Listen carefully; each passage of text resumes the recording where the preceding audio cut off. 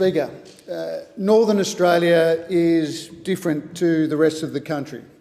The construction of infrastructure is more complex and more costly. But the benefits can be transformational, not only for our national economy, our local economy, but also for the well-being of our people, the people of Northern Australia that inhabit a vast area of land going from northwest Western Australia all the way through to Queensland. Now, representing a slice of Northern Australia in this place means that I am very aware of the need for a greater focus on the challenges and opportunities of delivering infrastructure in the north. Now, this pre-election budget that was handed down on Tuesday has some funds for infrastructure in the Northern Territory, and that is of course welcome. But what sort of spending are we talking about? Forget the figures, but what is the quality and the impact on the ground? Forget the fact that most of it is out on the never-never. What is real in this infrastructure spend and what is actually going to help our local economies as well as our national sovereignty?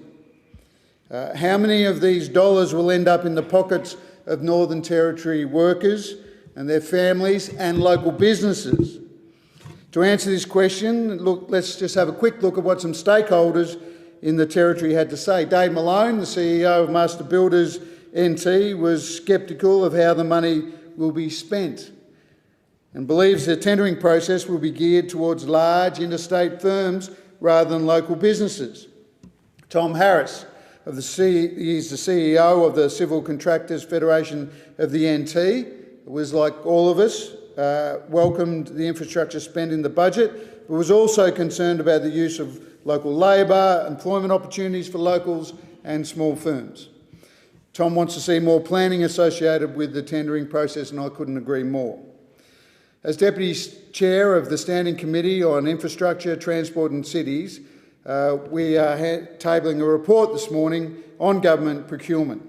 A key recommendation of this report calls on the government to examine ways to provide opportunities in infrastructure contracting for local industry and the utilisation of local content and creating space for small and medium enterprises to participate. Now, that's because they overwhelmingly employ locals. Creating opportunities for small and medium enterprises for infrastructure projects is absolutely vital. It's a key way to make sure that the national spend that has been committed will flow through to not only Territorians but those living throughout Northern Australia, and Labor will make sure that that occurs.